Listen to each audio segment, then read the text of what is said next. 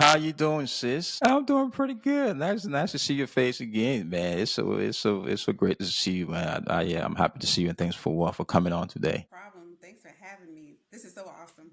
I love I this. appreciate you though.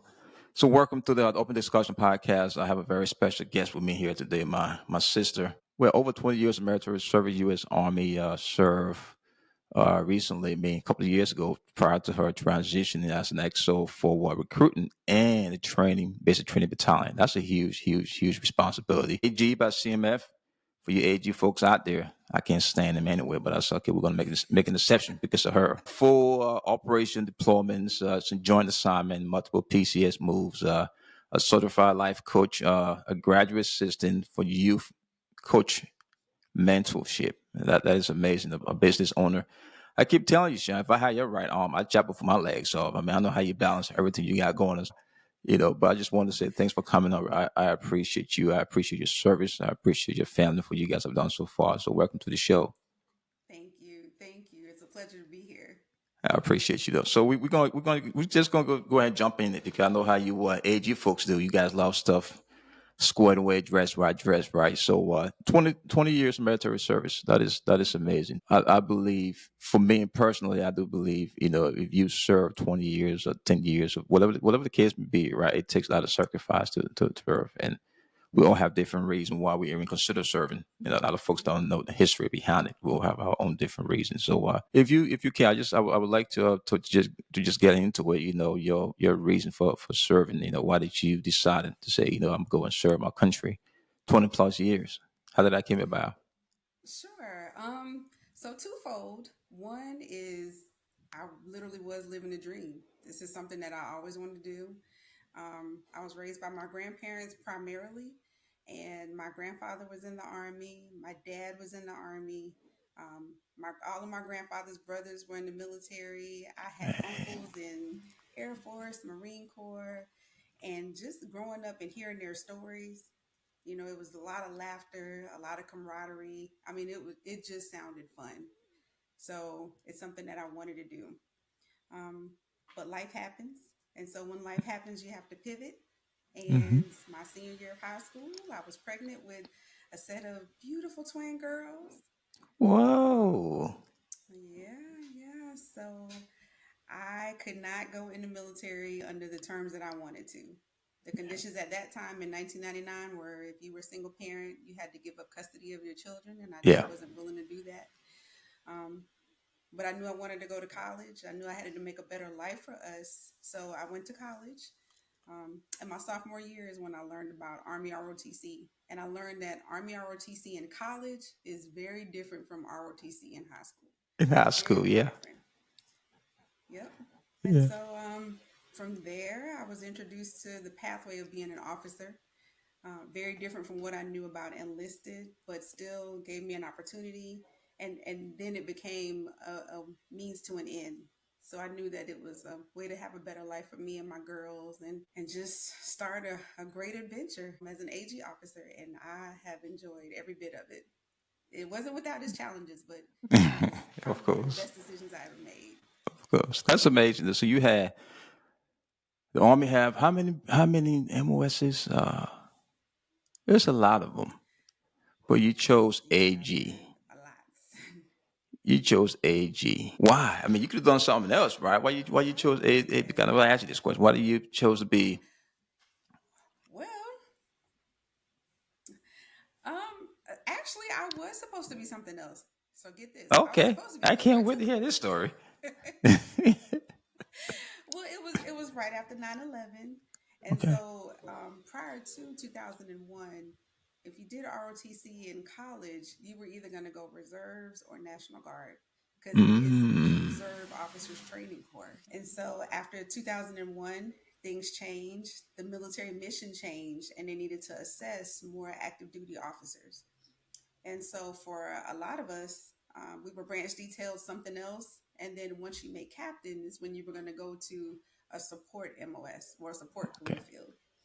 And this was also before women were being allowed at the lowest level in combat arm. And so if you were going to go field artillery as a female during that period of time, you were pretty much going to work at the brigade level or higher. And Lieutenant Colonel Lewis Buchanan came to me and he said, "Hey, so you can go be AG, but you got to do field artillery first." And I just kind of looked at it and I was Smart man, just a smart guy. he asked me if that's what I wanted to do, and I said, "No, sir. I'm a single parent. It is important for me to be there for my girls, at least in the first year of my Yeah. military career."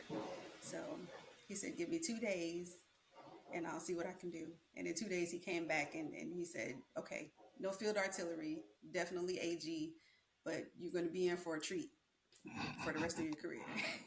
He was right because you guys are special folks. I'm telling you. You know, that I was telling Simon Major Kennedy not too long ago about how there's two folks you don't want to piss off, right? You know, supply folks and the HRAG folks. You don't want to piss them off, man. You're gonna have some problems. So Absolutely. I mean, we take care of the military's greatest commodity, its people.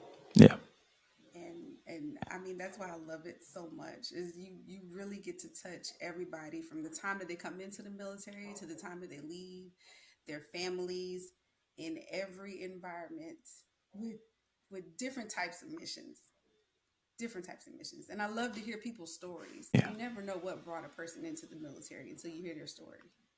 That's a very unique story though. And so when I came in, right, as a private, I had no understanding in terms of how officers went through the commission process. I mean, you hear about West Point and City Dog, whatever the case may be, right? So Hmm. I was trying to go down to JRTC to be an OC.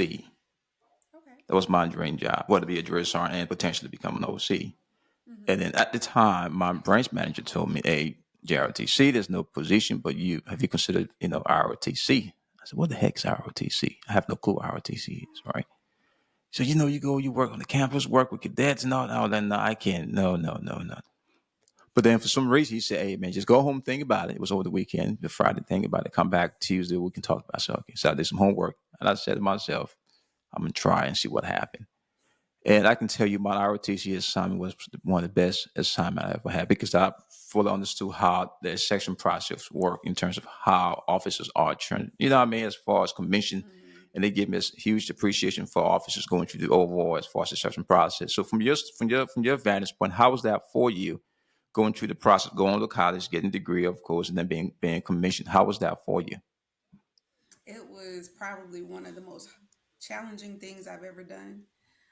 And I grew so much. And it set the stage for the appreciation that I have for senior non commissioned officers. Our master sergeant was probably one of the best that ever did it. And I'm Mm, a little biased because he took a group of ragtag students and turned us into leaders. yeah, And he didn't beat around the bush.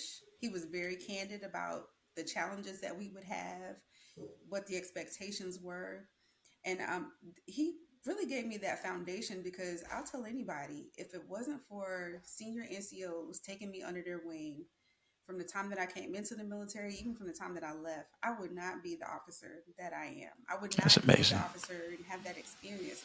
They taught me how to lead, and I appreciate you guys. Now some of y'all are rough in Off the the head. reservation, right? But I understand why you have to be that way. Yeah, There's off a the time and place reservation. for That's everything.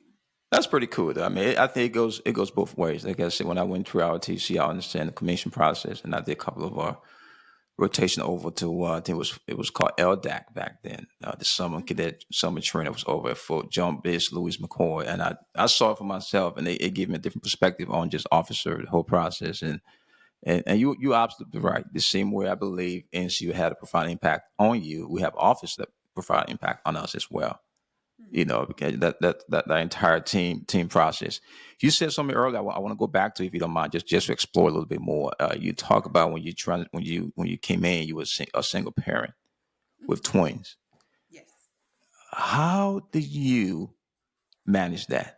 Really, because I've seen other single parents in the military. Sometimes it's very, very difficult. If you consider, you've been there, right? The field training exercise, potential deployment here and there, working Hmm. long hours, and you have kids. How were you able to manage that?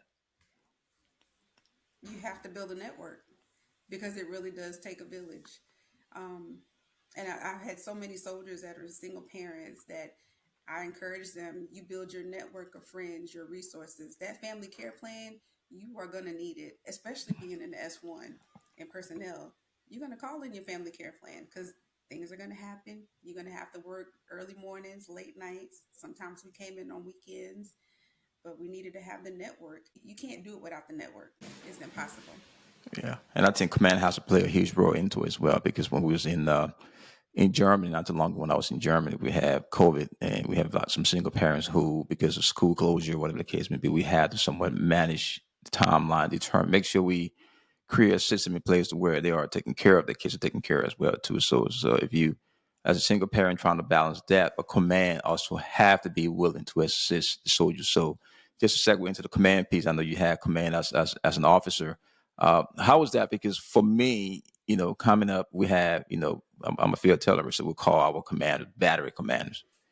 Hmm. And in my eyes, those was the best guys and girls that I've seen when it comes to officer because those guys are pretty, very, very intelligent, pretty smart.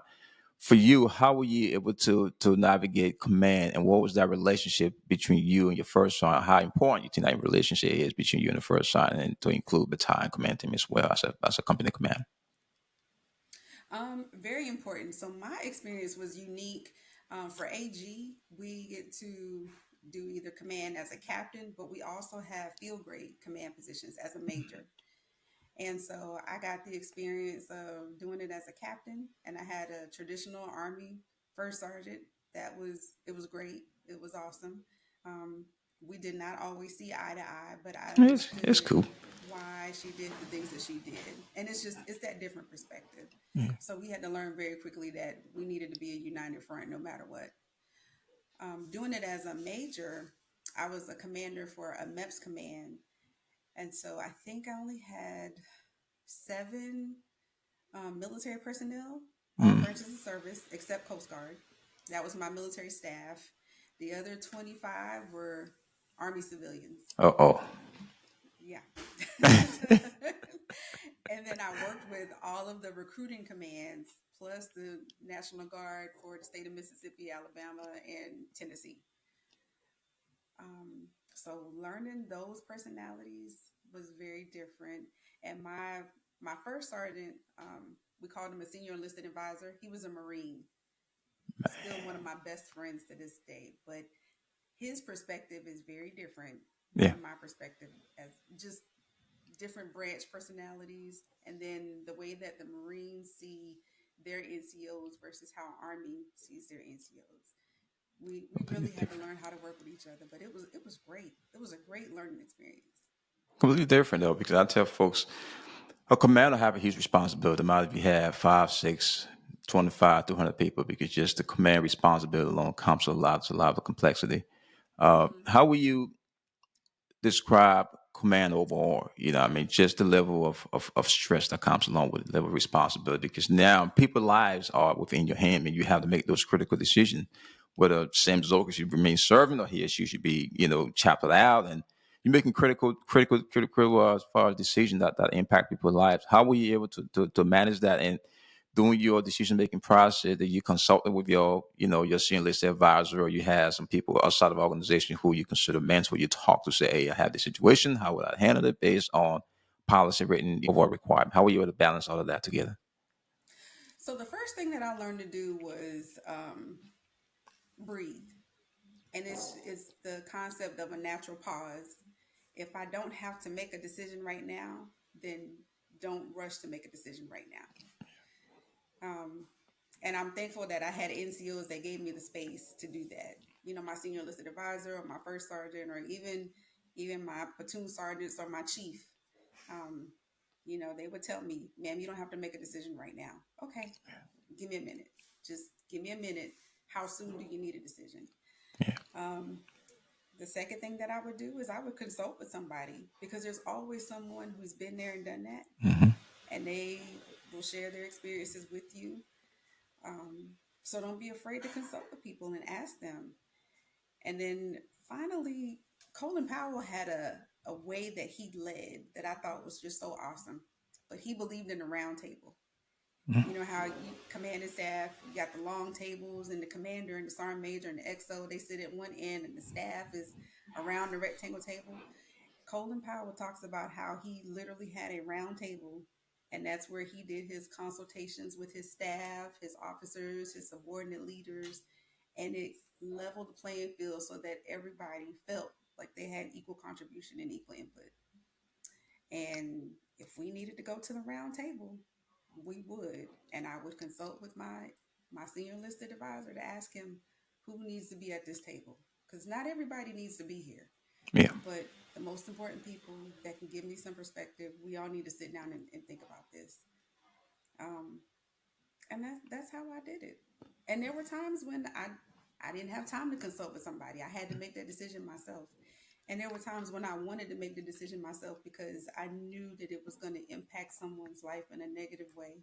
So those chapters, firing people, relieving somebody, um, I didn't want anybody else to have to bear that burden because it doesn't feel good when you have to do that stuff. Yeah, that's the nature of command. Right? A lot of folks don't understand the level of responsibility that comes with being a command. And I had the opportunity to sit in different meetings with my battalion brigade commander, and we discussed it. I think for us, I still talked to him. I spoke to him a couple of days ago. My old brigade commander, he and I were pretty close, and we had an understanding, right, to turn in terms of he made it very clear. He said, "Hey, this is a command of the people, meaning the soldiers so far." And one thing he did so far that I really appreciated was every critical decision he made, I was involved. Mm-hmm. Because I understand my role. My role was to advise the commander, right? And I was involved. Meaning we come in there, we discuss it. Sometimes we had a whiteboard, we go at it, we war game, everything else. But we had that relationship where when the doors are closed, we have those relationships. But when we step outside of that room, he's the commander. My job is to make sure I support the commander, unless he's doing something Right. that's unethical. Of course, he didn't do anything overall unethical. So you are absolutely right in terms of the climate for which you create to make that decision. Because that's the first time I heard about that round table concept, because you and I both know you go to a division, corps, a brigade, a battalion level command staff, a QTB, you have the head of the table here, everybody, he or she walks and everybody stand up, and it create a really a good inclusive atmosphere to where it gives you around the table, you guys can have those deep dive conversations to where folks are not speaking from a position of fear. They're part of the overall Right. process. So I think that's a good concept. That's a very good concept. Mm-hmm. You know. And then it came in handy, especially in MEPS, because every branch of service sees their leaders differently. Yeah. I learned that the Navy places a huge responsibility on their chiefs, which are their E7s, and their officers. Whereas the Marine Corps is kind of like the Army in the sense that it looks at the NCOs like, okay, you're the ones that really run everything. The officer is just a figurehead. And the Air Force has a even different perspective, kind of like the Coast Guard, a corporate mentality of, Yeah. okay, we all have a role to play. CEO, CFO, everybody does their role, but it contributes to the bigger piece. So when you're dealing with all those different branch personalities, you got to find a way to level the playing field. And that's even where the round table came into play as well, with working with them, because some of them outranked me. Some of them were OCs, some were Mm. lieutenant colonels, but I controlled their throughput for who came through the MEPS and who actually got in. It's the AG commanding, so here that's how it worked, right? You had that responsibility. That is amazing though. So you got in transition, become an officer, lieutenant, captain, the whole nine yard. I want to talk briefly about some of your favorite assignments and overall why. In terms of, for me, Bragg and 82nd Airborne Division always gonna be my favorite, no matter what. Of course. Where were some places you got stationed to, or some job you were involved with, and you were like, this is it, and why? That first duty station is going to always have a special place in my heart. Fort Stewart, Rocket of Marne. I was in Full Sail. I I don't know. Full Sail, Oklahoma. I don't know. And I went back as a battalion commander, Sergeant Major. So that tells you a lot. But it was a nice place. It mm, was a nice place. Fort Stewart was Fort Stewart. I mean, just that pride of this is home. The Marne Express, Rocky the Bulldog, Marne Week, the runs. It was tough, mech infantry, but I loved it. And I was in a personnel services battalion, so the Army doesn't have those anymore. But that was where I was really working with everybody in my field, my soldiers, warrant officers, just doing what we do. So Fort Stewart is always going to have a special place to me. Fort Shafter, Hawaii. Mm. It's Hawaii, but it's probably where I got exposed to joint operations and working with other branches of service. We did a lot in Hawaii. I was with U.S. Army Pacific G1, so I got to work with PACOM, the J1, JPAC. I went on a humanitarian mission there where I got to go to Okinawa, Japan, and do the Nepal earthquake efforts with Third Mardiv in Okinawa. Um, I went TDY there, went to Korea for the first time, and did a bunch of stuff. Just a lot of really good exposure.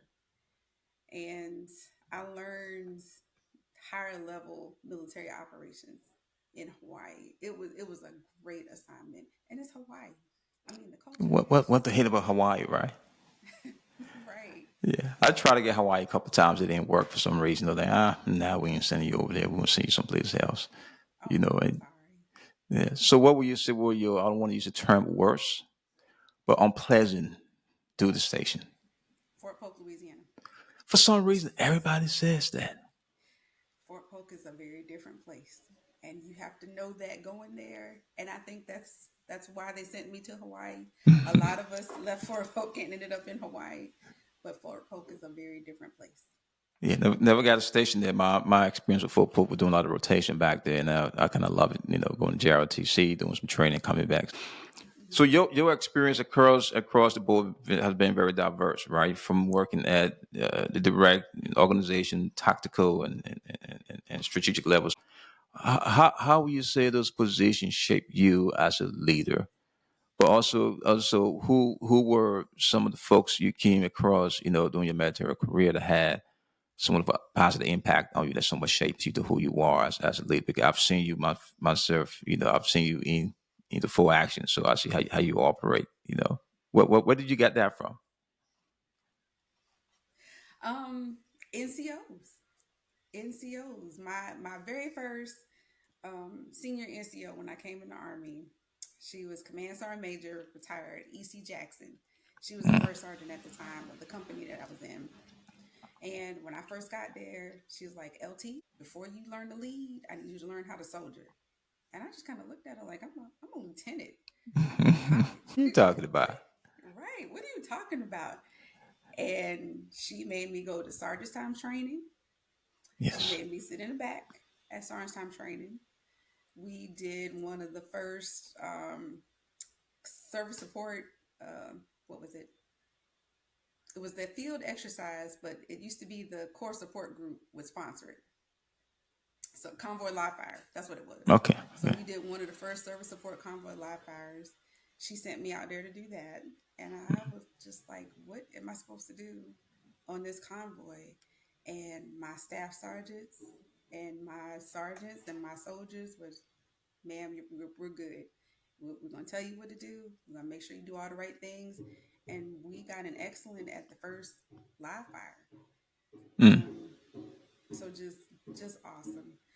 Um, One of our command sergeant major at that time was a female. Um, just that female mentorship, because in my family it was all men that had been in the military, so I knew their experience, but I didn't really get a chance to know what it's like to be a woman in the military and to be considered equal playing field with my peers. And they taught me how to do that, and they taught me that you have to understand the standards. You're not going to get treated because you're a woman, because this is one of Yeah. the few career fields where you and your battle buddy to the left and to the right, the standards are the same. So you have to be able to compete at a level so that they can see you as an equal, and not think yourself less than because you're a woman or because you're black or because you're a single parent. You deserve a seat at the table. Um, let's see who else. Colonel, well, he was Colonel Darrell K. Williams at the time, but he's retired general now. He's the president of Hampton University. Oh, okay.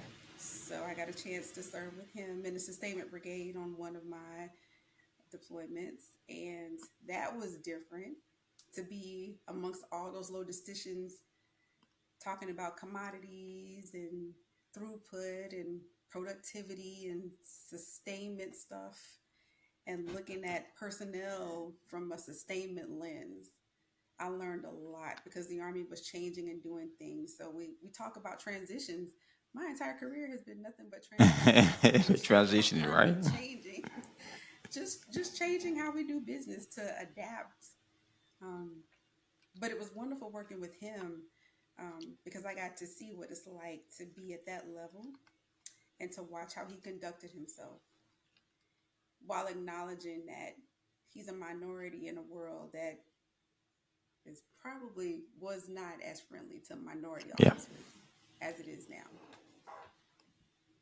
So man. lots of really good lessons, and I appreciate him being candid. And then working in USERPAC, um, I got to work with General Hope Rampy, who is just amazing. She is just amazing, and just like General Williams, just very straightforward, very candid, always willing to share those lessons learned, and then just encourage you to take charge and lead. Because she would give us things, and she's like, "All right, you got it." She would put us in front of the 3 and 4 stars to brief and tell us, take it and run with it. So to have someone that's not afraid to give you an opportunity to shine in front of other people was really good. That's pretty unique though, because as you stated, right, female in the military sometimes can be pretty. I don't want to use the term crazy, but we all know the history so far. I mean, the Army have come a long way. I mean, across all 6 branches, if you include as far as the Space Force. But Hmm. how did you, like you say, the Army's majority male? Let's just be Hmm. straightforward about it, just based on population and numbers. For a female, African American female trying to navigate the military, make rank and compete, as you says, have a seat at the table, at any time within your career that you experience anything to where you like, stuff is not going the way it's supposed to be going, or I was mistreated, or you believe that you were promoted, everything else happened because of who you are as a person based on your overall merit, right? Because I think that's how it's supposed to be. So, because I've heard a lot of different stories from different women in the military, we came across different stuff. So what we did back in Germany, we created what we call the female mentorship program, Hmm. as you just discussed. And then the second question that so far is how important it is to have mentors, what I'm saying, most especially the female within the military, both male and female, but women to have that mentor to somewhat help guide them within the right direction. Um, so I'm going to answer that question first. Okay. It is very important. As I talked about, for me, I had female mentors that were senior non-commissioned officers. They were NCOs, and that's great, and it's wonderful to be able to have that relationship with an NCO. But as an officer, it was very lonely when I did not have someone that was the same rank, same grade, same position as me. So I talked about Fort Polk, um, being one of my not so favorable assignments. I, and I was in 2 separate units there. One, I was in 165th, which was at that time was in charge of doing the training for the SFATs, the STTs, Okay. the MTTs, all of that good stuff. So we did not work with ops group, but we would do training. Yeah. Um, I was the only female field grade officer in that unit at that Mm. time. Um, no, I stand corrected. There was one other, and she was a battalion XO. And then when she left, then I was the only female field grade officer. Um, so it was very lonely because I all I had were my NCOs and my soldiers, and I knew some people in some other units that I would kind of associate with, but they were OCs and JRTC going into the box, or they were doing rotations, doing the SFAT missions.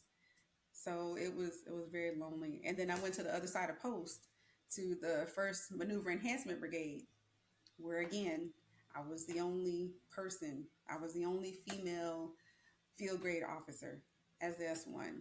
Um, and I was the most senior ranking black female in the entire brigade. Mm. So we didn't even have a lot of female senior NCOs in that brigade at that time. And it was very hard. It was very hard. I literally had to fight for my ranking before I left to get the top Man. spot. I did. I was in an office at one point with two people. I won't say their positions because they may watch your podcast, and I don't want to put them on blast. But Oh, that's okay. I two mean, you very know, two very senior people. I'll say that. And they were belittling me. They cornered me, and I wasn't the only person they'd done that to. So if I was the most senior ranking female in the brigade at that time, I'd see them do that to junior NCOs. yeah.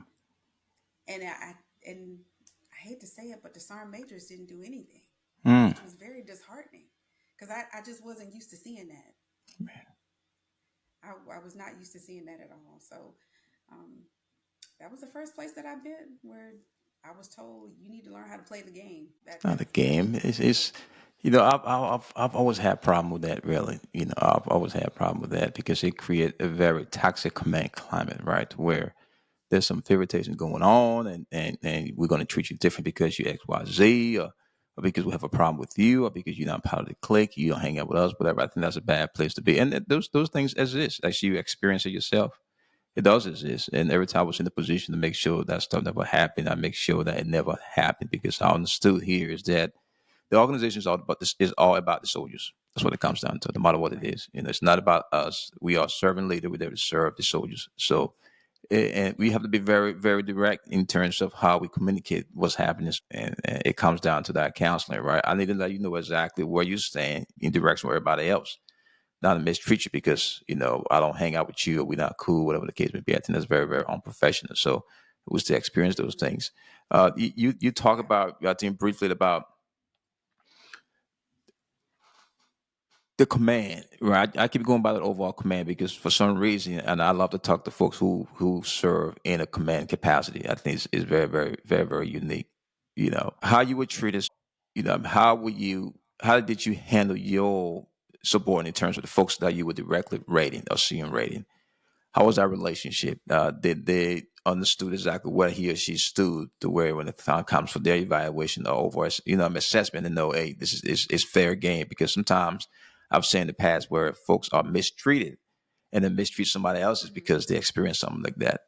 How were you able to, as far Right. as learn from your experience? Say, I experienced this here. This is how I'm going to move on from now to treat other people. How was that with you in command, and how you treat your officers and non-commissioned officers? It was very important to let them know where they stood with me, and what did they need from me. So I pride myself on having a two-way conversation, whether it was good, bad, ugly, or indifferent, because I didn't want anyone to be surprised, and I wanted to be open and upfront about what I was able to do. You know this, but when you're talking about racking and stacking your subordinates, you got to make sure you have the profile to support. So Yeah. I may have a superstar, but there were times when I couldn't give that superstar that top block that I wanted to give them. So I felt like it was fair just to let them know I want to give you this, but I don't have the ability to do it. So here's what we're going to do instead. These are your options.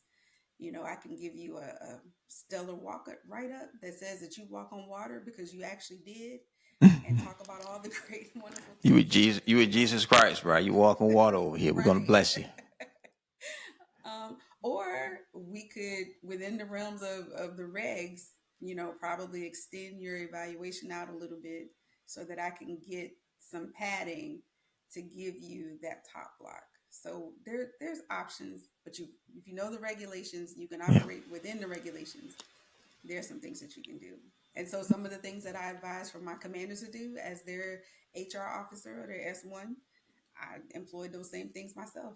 And then of course I would always confer with my senior listed person to get their take on things. Because they may be walking on water in front of me, but they may be standing on somebody's back to walk on water in front of the senior Yeah. NCO. That's pretty unique, though. That is pretty unique, and I think that's the right way to do it, right? Where you have those discussion and let folks know where he or she stands. I mean, it's because it's part of your responsibility. Right. Like if you have an annual evaluation, and the policy states, I believe it still remains the same. There should be a quality counseling, face to face, or some oral or written, to where he or she know where she Mm-hmm. stands. But it's about that face to face interaction, the counseling, the mentorship, and you can understand exactly what he or she is seeking, of areas, not just areas of overall improvement, but, just the overall discussion, right? To make sure that he or she is on the right path to where he or she wants to go. One thing I want to discuss with you here that we don't talk about that often is the family element to it. You talk about early on when you came in, you were a single parent trying to manage job, work, just learn the army life itself, but also manage and balance two kids.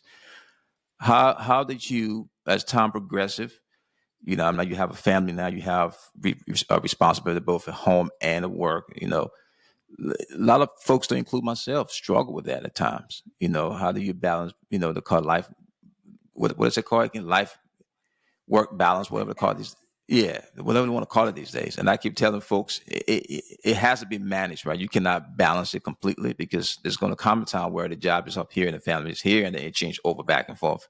So how Yeah. were you able to balance that with your career and family to navigate this entire 20 some years? How did you do that? Whew. Well, I didn't always do it well. Um, when I did get married, um, during that first tour, deployments, and we ended up divorcing. So Man. this time I had a third baby, and Mm. we ended up getting divorced. I decided to stay in the military. He decided to come back to South Carolina, and I mean it. So I don't want to say the army broke up my family, Yeah. but I made a choice to choose military life over sticking it out with my husband at the time.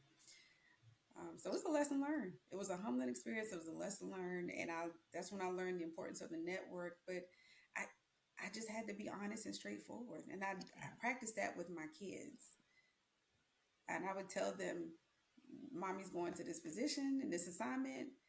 I need to teach you guys how to make your own breakfast in the morning because I'm probably going to be at PT, or this is who's going to be at the house to pick you up when I come home because I may have to work late." I mean, I just had to be straightforward with them to make it work. And as they got older, um, I had to change things. So I learned that as my kids were getting older, now they can watch the news. So I Mhm. probably don't want to go on this fifth deployment to the Middle East. I don't want them to worry about what's going on, or I don't want to have to deal with the phone calls and the things that come along with that. You have to be honest and you have to know how it impacts your family because military service with the family is military service for everybody. And Yeah. you know this. Yeah. It's not just about you or your spouse or just your kids, it's everybody. We're all doing this together. Yeah. It does affect everybody, and the military child, the military kids are very, very resilient. I've yet to see any other profession where the kids are that resilient. The constant changing of schools and making friends here, and the next year or two or half a year, you have to, depart and find new friends, and the deployment. The parents not there every day to put you back to sleep. I mean, it is a lot, and I give those kids, huge, huge regard in terms of how to balance that, trying to balance both military life and overall civilian life. So you serve your high speed, 20 something years, and now you had to determine here, okay, is it time for me to hang around or time for me to go over and depart? What was that decision like for you? Because you could have done 20, 25, 30. And you decided here, some after 20 something years, it's time to do something else. How was that? How did that came about? It was tough. I, I I knew it was time to go, but I didn't want to accept that it was time to go. That's My self-assessment. body, my body and health made the decision for me. So even though it was a 20-year time served, it ended up being a medical retirement. I developed a heart condition from Man. the stress of all of that. And I remember the day I went into my battalion commander's office. Larry, if you're listening to this, you remember too. You and Sarney. But I ran with them the day before, and it was probably one of the slowest runs ever, and I knew something was wrong. Mm. And so I went to my doctor, made an appointment because I'm not going to urgent care. I'm just not doing that. Definitely not going to the emergency room, and it wasn't emergency room level bad, but I probably should have went to urgent care. You were being hard headed as always. You trying to be hard headed. Oh, I got it. It's gonna be okay. Well, and I had to go walk around PT, right? Make sure there's no trainees passed out anywhere. But went to urgent urgent care, and my doctor was like, how did you get here? I was like, I Mm. drove. How else would I get here? She's like, do you know that you have a thoracic aortic aneurysm? What does So that mean? That's a big word for me right there. What does that mean? so an aneurysm is where the vein or the artery has a bulb and it's about to pop. So you think of a brain aneurysm. So the thoracic aorta is the vein that's at the base of your heart that pumps blood through your body. And mine was bulging. And so we literally caught it. And when I told her that I ran the day before, she dropped the pen, she dropped the paper, she dropped everything. She's like, you cannot, there's no more running for you. You cannot run. Man, And it's how you hear about people that are running and doing PT or working out and they fall out and die. the collapse. Yeah. And it's usually from something like that. And I remember I felt like a failure. I took a couple of days and I was like, how am I going to tell my battalion commander that his XO in a basic training unit cannot run? Mm. How is that going to go? And I went into his office. I sat in his chair. I closed the door and I just started crying. And he looked at me. He's like, what's wrong? Shaunarey, is everything okay? And I was like, sir, I can't run anymore. He's like, well, what's going on? And I told him everything. He's like, okay, well, then you won't run. And I was like, but I'm your XO. I'm supposed to be able to Yeah. run. You're not here. What am I supposed to be able to do? And he was like, well, somebody else will do it, but you're not going to do it. You will do everything else that you're supposed to do. You will take care of yourself. You're going to go to your appointments. You are not going to run. And it felt good to have my commander say that, but it was a humbling experience because I had to accept that I couldn't do the thing that I wanted to do anymore. Man, thanks for sharing that because that is a lot. It was Yeah. not planned. It just happened. Now you have to make some modification to your life, and you got to tell the family about it. Now you have to plan the transition. So, how was your transition overall? Because I look at transition into different categories, sometimes three. Hmm. Meaning you have to transition you from the military, right? Both physically, Right. mentally, emotionally, just you alone. And now the family aspect comes along with it as well. The family have to transition now because the entire Hmm. package that is getting out. But you also have to determine here now what is next for you. Right. You know, how do you manage that from when you decided here, okay, it's time for me to go and exit. I'm going to exit. I mean, because a lot of us we don't plan to transition properly. It's just what it is. Sometimes you work to the last day until you transition right. That's just how we built. So how was your transition overall? And did you have an idea in terms of once you transition, what you're going to do? What was the plan in terms of I'm gonna get out, go work for this Fortune 500 company, or do X, Y, Z, run my own business? Because there's a lot going on. Because now you're transitioning Right. from receiving the paycheck the first and the 15th. Now you got to determine, all right, things about to change here. How we're going to navigate this space? So how was it for you in terms of transitioning? I did not do it right. I worked up to the last day. Um, I did. I took another assignment, so I went across post to What? the recruiting battalion because they had an opening and they needed an XO. Their XO wasn't going to be there until this date. Can you go fill in? You'll be able to take care of yourself. I didn't. I didn't. Mm, I showed up on the CG's naughty list of not attending my tap classes when I was supposed to, and I, that's what I did. So I did not do it right.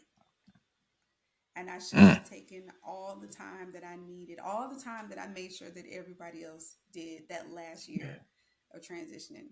I did not do that for myself. Um, and so I wasn't as prepared as I could have been, but I'm thankful that I got a chance to decompress once it was all said and done and I got my DD 214. There was not a rush to get back into the workforce because I didn't know what I wanted to do. yeah, I didn't know if I wanted to go back to Fort Jackson to be a civilian now, doing all the things that I've been doing for the past 20 years. Do I want to go work for a Fortune 500 company? Do I want to do HR in the civilian sector? What do I want to do? So I took some time to really think about that. And I'm just glad that my husband gave me that space and did not pressure me to make a decision. But I think I took about 3 months before I decided I'm going to go back to school and pursue counseling and rehabilitation counseling. Um, and then I volunteered. I did all the volunteer things that I did over 20 years. I decided to do them all right here just to occupy my time. That's great though, because I had a terrible transition myself because I didn't plan it properly. We all does it right. I was in Germany 30 days before I transitioned. I was doing a multinational field training exercise with NATO. Oh, 30 days wow. out. Yeah, yeah, yeah. And I was same as you. We just got to keep going, right? You got to keep Hmm. soldiering, they call it. So, but man, you were able to transition after that. You said you took some time off, 3 months off, and then you get back into the workforce. And if you can, if you want to just discuss the medical piece of it, right? Because a lot of Hmm. folks, because you have some flexibility. You could take 3 months off. Some folks take 6 months and take a year out, but some folks don't have that flexibility. Like I have to get Right. out and do this now, the whole 9 yard. You get out, you said based on the medical piece. Right now, you're working for the VA. I know you're not speaking on behalf of the VA. I understand that. But what are some advice or recommendation you give folks who are currently serving? Because while on active duty, you really don't consider the medical piece of it when you transition because you're still focusing on your day-to-day operations. Yeah. What are some experience you have, some things you've done? What are some recommendations can you provide to folks that are currently serving? Say, hey, I know you're serving currently, you have no plan to get out, but you might want to start, going to sick call, make sure you're checking your stuff right to make sure when the time comes for you to transition out, we use the term service connected, right? Service connected. You have Hmm. something to where you can say, hey, when I was on this rock march, I hurt my ankles, but at least it's been annotated, it's been captured somewhere. What are some recommendations in terms of the medical piece, the VA side, can you give folks that are currently serving? So you know how every year we had to do the PDHRA, Yeah. Post Deployment Health Readiness Assessment, Hmm. and the Personnel Readiness Review. That's what you need to do. Use that as your foundation when you are preparing to transition. I don't care if it's 3 years out, 2 years out, or even a year out. You drop your paperwork and you're just waiting on that date. Use that as your foundation because everything that's in your personnel record, they're going to review all of that before you sign your DD 214. So they're going to make sure all of your promotion orders are there, all of your evaluations are there, your SGLI, everything has been updated. All of that needs to be updated because once you get out, those documents go somewhere, but now you don't have the capacity to update them and make changes anymore. And then for the PDHRA, your medical stuff. So head to toe, up, down, left, right, mental, dental, inside and out. Look at everything. Document everything. Go to your primary care manager and talk to them. My primary care manager was awesome because whenever I came to her, she's like, "Where's your list?" I was like, "My list." And she's like, "Yeah, your list of stuff because a lot has happened in the last year. I know it. Yeah. You can't tell me that you didn't roll an ankle, buckle your knee, hurt your back, or do something. You're in basic training. So where's your list of things?" And even if she didn't treat it, she made a note of it in my records. That's good. And so when I did my VA physical, all of those things were in there. And I didn't get a rating for all of them, but it was annotated and documented, just like you said. It was there. Somebody made a note and they put MD behind their name, and it's in my medical record. That's the key. It has to be captured. Hmm. Yep. It has to be captured. Yep. And then go to the transition assistance classes. I know that we have to check the block, but there's some really good information and touch points. Even if you just get the cards of the people that are doing the presentations. One of the guys that did one of our classes, he was a contractor, but I got his card after I got out, and when I was thinking about going back to work, I used him as a reference. Mm. So, and he remembered my name. You're right though, because we don't take the necessary steps to make sure we take care of ourselves while we on active duty, right? And Right. I've done those assessments, and believe it or not, we usually lie on those documentation. Everything is good because the Yeah. perception, for some reason, right, we had this preconceived notion that if something is wrong with you, you can look at it a little bit differently, whatever the case may be. So you're right. I mean, Hmm. we used to put stuff on there, to answer those critical questions, and you are good, good, okay, I'm good, okay, I'm good, I'm good, I'm good, and then when you time comes, it's too late, really. You know, you got to take care of yourself. But then the command also have to give soldier the opportunity to go to sick call to take care of themselves. Yes. Because sometimes, going to sick call for some reason you look at a little bit different, right? Oh, you're going to sick call because, we came up back in, late as far as 90, early, as far as 2000s. And going to sick call in the 82nd Airborne Division is like, sick call? What are you going to sick call for? Right. Yeah. And then in some organizations, it stays this. And I tell folks, hey, if you get a headache, go to sick call, get it checked, get it annotated, get it captured Mm-hmm. somewhere. If you okay, that's good, but at least it's captured somewhere. So down the road, if something does happen, they at least can make that link to what happened in the past. And Right.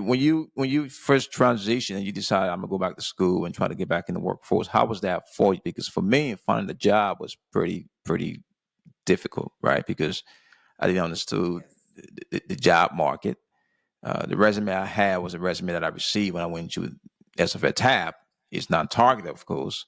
Luckily for me, I met the guy, Simon J. Williams, who was a Garrison CS sent for Jackson, who sent me a copy of his resume. He helped me a lot, really, to get back within the work market. I think you talked earlier about networking.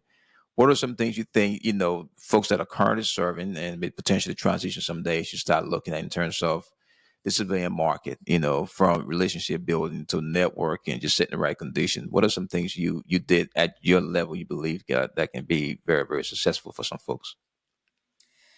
Um, so get those sample resumes and understand that there is a difference between a civilian resume and a federal resume. Yeah. And so I'm gonna tell about my experience when you and I first met. But it was really eye opening because that was the point where I started to think about going back to work, and I'm like, okay, I'm an AG officer. I have a human resources background. I should have jobs lined up I know. Yeah. waiting for me. And when we had our first conversation in public contact, and you was like, no. And then I saw you, I was like, well, he's a sergeant major. He's doing this. Not to say that it was a bad thing, but I just expected that as a sergeant major, you'd be in a director's office somewhere Yeah. No. doing director level stuff. And so once you shared your experience and a copy of your resume, I took a look at mine and I'm like, yeah, I got some work to do. Same here. I had the I need same to make some experience, man. changes. Same But experience. but that's important to know because you don't ever hear about that. The perception is I'm getting out. I have Hmm. this high level degree. I already had a master's in human resources. I've done all the things HR related. Why am I not getting the callbacks? And I applied to over 100 jobs. What? I did. I applied to over 100. I had to count them. And when I tried for VRNE, VRNE told me that I was not qualified because I had a degree. He They had a didn't want to tell degree. how many jobs I applied for. So it was over 100 at the time. Man. That Yeah. can be very disappointing too, though, sometimes, because sometimes I went through the same thing, right? You start to ask yourself, what's wrong? Because Yeah. you are absolutely right. When I transitioned, I said, I got a couple of degrees here and there. I've been in leadership position. Job going to come just like that. But the biggest mistake that I made, my networking was not where it's supposed to be. How important that is from your opinion, from your vantage point in terms of networking, and what are the best way you believe, because folks things, if you meet somebody on LinkedIn, you say hi, that's networking. What are some things you use at your disposal to create that network in your eco space, to where you have some folks, that you can call and say, hey, can you serve as my, referral or a letter of Hmm. recommendation, stuff like that. I talked to all those people before I retired. So I reached out to my military network because they have networks. Yeah. And how can I say this? I don't want to say that I understood the limitations of what they could do for me. Um, so as an example, I knew that I did not want to go back and work for the Army. I didn't want to go back and be an operations NCO or operations civilian. I didn't want to go be an HRA, a human resources administrator. I just didn't want to do that. So my network was 90% military. Hmm. They can only influence those positions that are in the military or with the military. So I knew that they couldn't really do much for me if I wanted to work for the VA or if I wanted to go work for Bank of America. Their name may not carry as much weight. So I had to get a variety of folks to be my references and expand my network and get comfortable talking to the instructor from one of my TAP classes, or maybe reaching out to my counselor to see if they knew someone that could be a reference. Um, Reaching out to some of my old peers or NCOs that were now retired to see what they were doing in their civilian capacities, and just being very honest about what I wanted to do, because they all asked me, "Well, what do you want to do?" I don't Yeah, know. I just that's want the a key, job. right? I want a Where you good want to be job. when you grow up. Where you want to be when you grow up. Yep. And so that's kind of what contributed to me taking the graduate assistant positions. Um, it was it was a different environment. It was academia. It was working with people that had all these high level PhDs and had big dreams and wanted to do things. And I knew that I had the experience with making things happen, even though I didn't know what they were talking about. If you Hmm. need somebody to put it together and organize everything, I got you. I got you. Yeah. That's amazing because you took a leap of faith. You say, I'm going to get out of my comfort zone and do something else. And that's what a lot of folks, to include myself, right, struggle with. When you first transition, you, as a military officer or CNI commissioned officer, right, you've done so much and you keep asking, okay, what am I going to do? Because you have no idea what you want to do. Really, Mm-hmm. it's a simple question, but it can be very, very complex in terms of not fully understanding the civilian market, what you want to do. Because a lot of us want to Right. get out and become a program manager or a project manager. Everybody want to be a project manager for some reason until you understand Mm-hmm. exactly what a project manager is. To be there, I don't think so. Right.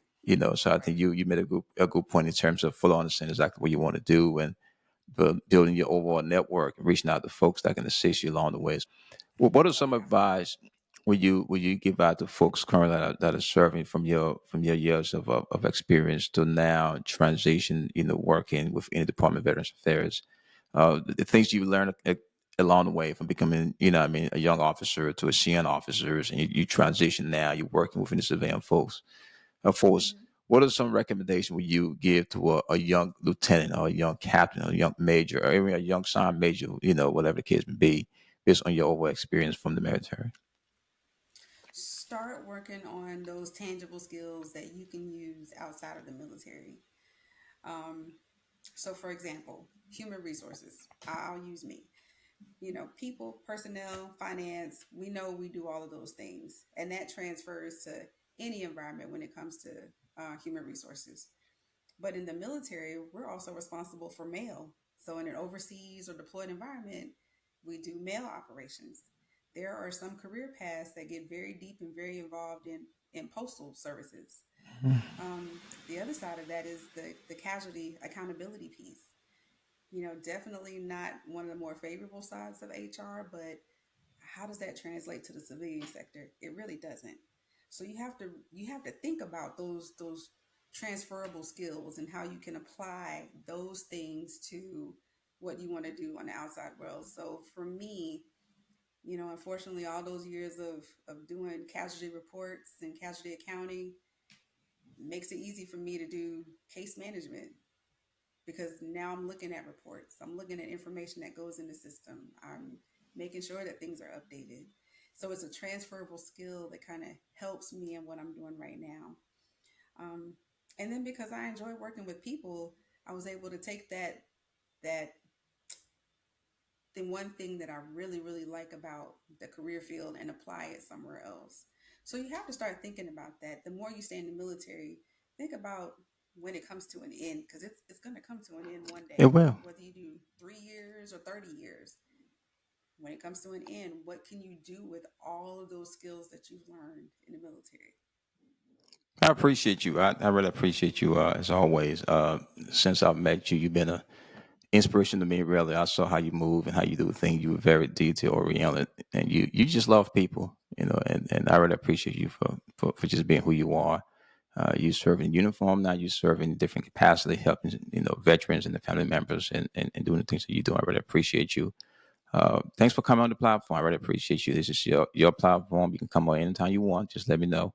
We still got to come back and discuss that those officers who trying to push you around back in the old days. You let them know exactly what happened, how things kind of turn out today, today. So So, and any last closing comment? Oh yeah. Um, I just want to say thank you. Thank you for what you're doing, and thank you for opening the doors to have these conversations.